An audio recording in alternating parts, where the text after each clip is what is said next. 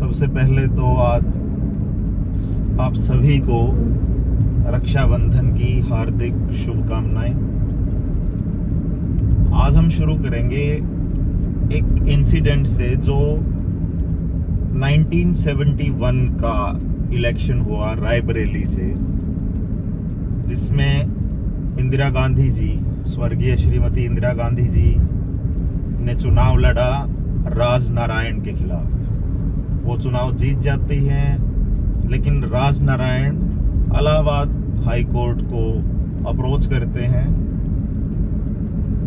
इस प्रेयर के साथ कि इलेक्शन को खारिज किया जाए, क्योंकि उन्होंने जो एलिगेशन लगाए वो ये थे कि इंदिरा गांधी ने स्टेट मशीनरीज का, पब्लिक रिसोर्सेज का और इनका दुरुपयोग किया है अपने चुनाव में।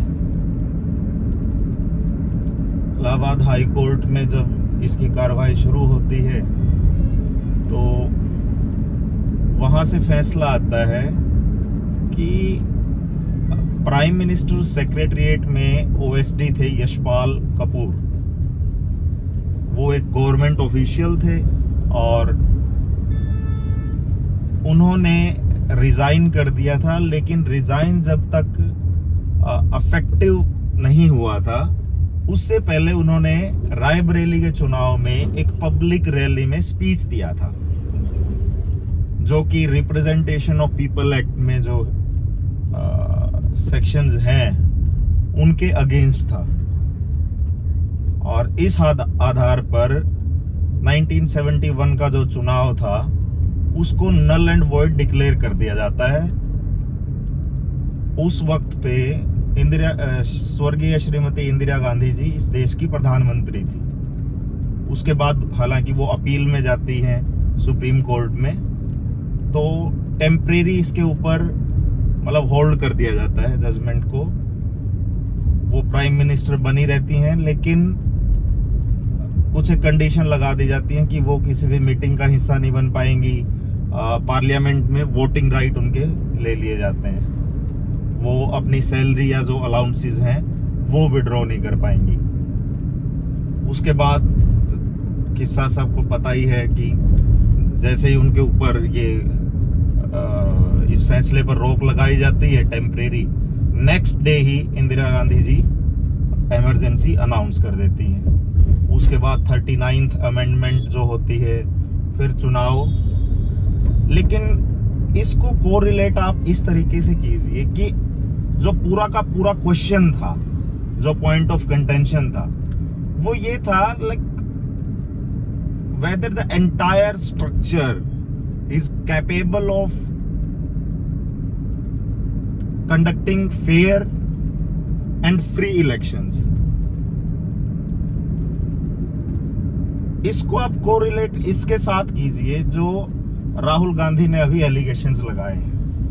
उन्होंने कर्नाटका की एक विधानसभा में 1 लाख फर्जी वोट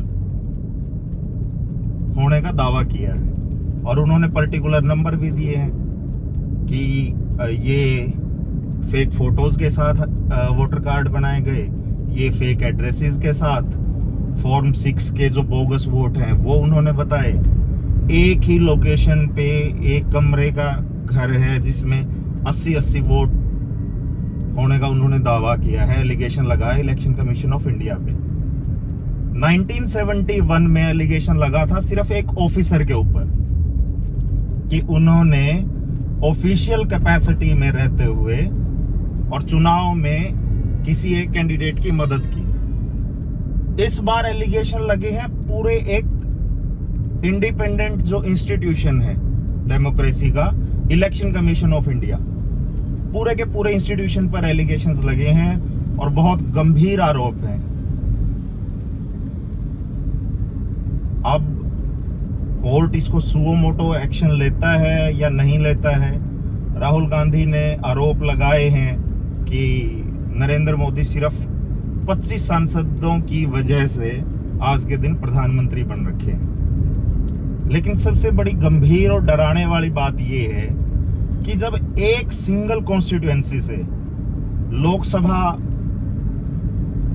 कॉन्स्टिट्यूएंसी से नहीं, विधानसभा कॉन्स्टिट्यूएंसी से अगर आपकी 1 लाख बोगस वोट निकल रहे हैं। तो अब पूरे के पूरे देश में ये फिगर कितना जाएगा, ये चौंकाने वाली बात है। राहुल गांधी ने एक आरोप ये लगाया है कि मुझे एक प्रॉपर फॉर्मेट में इंफॉर्मेशन प्रोवाइड नहीं करवा रही इलेक्शन कमीशन ऑफ इंडिया।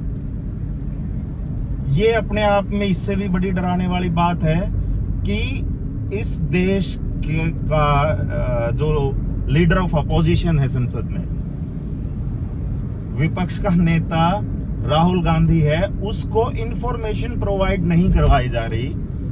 तो जो भी आम आदमी है वो अगर कोई भी इंफॉर्मेशन लेना चाहता है तो उसको सूचना कैसे मिलती है या रोक दी जाती है या किस फॉर्मेट में दी जाती है, इसका फैसला भी आप खुद कर सकते हैं। जब एक इस स्टेटस पे बैठे हुए बंदे को, इस कुर्सी पे बैठे हुए बंदे को, जो पूरे देश में विपक्ष का नेता है, उसको ही इंफॉर्मेशन प्रॉपर फॉर्मेट में नहीं मिल रही। उन्होंने दिखाया भी एक 7-8 फुट लंबा कागजों का ढेर, और वो ढेर दिया गया सिर्फ एक विधानसभा क्षेत्र के लिए। आप सोचिए कि अगर लोकसभा क्षेत्र के लिए अगर डाटा मांग लिया जाता तो ये डाटा चला जाता कम से कम भी 40-42 फुट लंबा डॉक्यूमेंट्स का। इसको कोई बंदा कैसे वेरीफाई करे, कैसे चेक करे? मतलब ये अपने आप में एक हेडेक है कि इंफॉर्मेशन दो, लेकिन ऐसी दो कि अगले के समझ ही ना आए। तो इंफॉर्मेशन देने में और ना देने में क्या फर्क बच जाता है किसी को? मतलब मुझे तो समझ आया नहीं। दोनों इंसिडेंट एक दूसरे से मिलते जुलते हैं। इनफैक्ट जो 71 में इंदिरा गांधी के इलेक्शन को नल एंड वॉइड किया गया, उससे गंभीर आरोप हैं इस बार और गंभीर हालात हैं। आप इस बात को इस तरीके से देखिए कि लोकसभा क्षेत्र की सीट जीतने के लिए उसके अंतर्गत मान लीजिए कि 5 या 6 विधानसभा क्षेत्र आते हैं, तो उस सीट, लोकसभा की सीट को जीतने के लिए आपको 6 के 6 विधानसभा क्षेत्रों में फर्जी डाटा डालने की जरूरत नहीं पड़ेगी। मान लीजिए कि 4 कॉन्स्टिट्यूएंसी में एक कैंडिडेट हार रहा है 10-10 हजार से, और एक दूसरी 5वीं जो कॉन्स्टिट्यूएंसी है उसमें 1 लाख वोटर डाल दिया जाता है फर्जी। भाई 4 कॉन्स्टिट्यूएंसी में अगर फेयर इलेक्शन हो रहे हैं और 5वीं कॉन्स्टिट्यूएंसी में 1 लाख वोटों की अगर फर्जी वोट डाले जाते हैं, आप अगर बाकी 4 कॉन्स्टिट्यूएंसी में 20-20 हजार से भी हार जाते हैं तो भी आप ओवरऑल इलेक्शन जीत जाएंगे। ये बड़े गंभीर आरोप हैं। सुमोटो इलेक्शन कोर्ट को भी लेना चाहिए, और इलेक्शन कमीशन ऑफ इंडिया ने बोला है कि राहुल गांधी एफिडेविट दें। उन्होंने पूरे देश के सामने लाइव जाकर के एविडेंस दे दिया है विद नेम।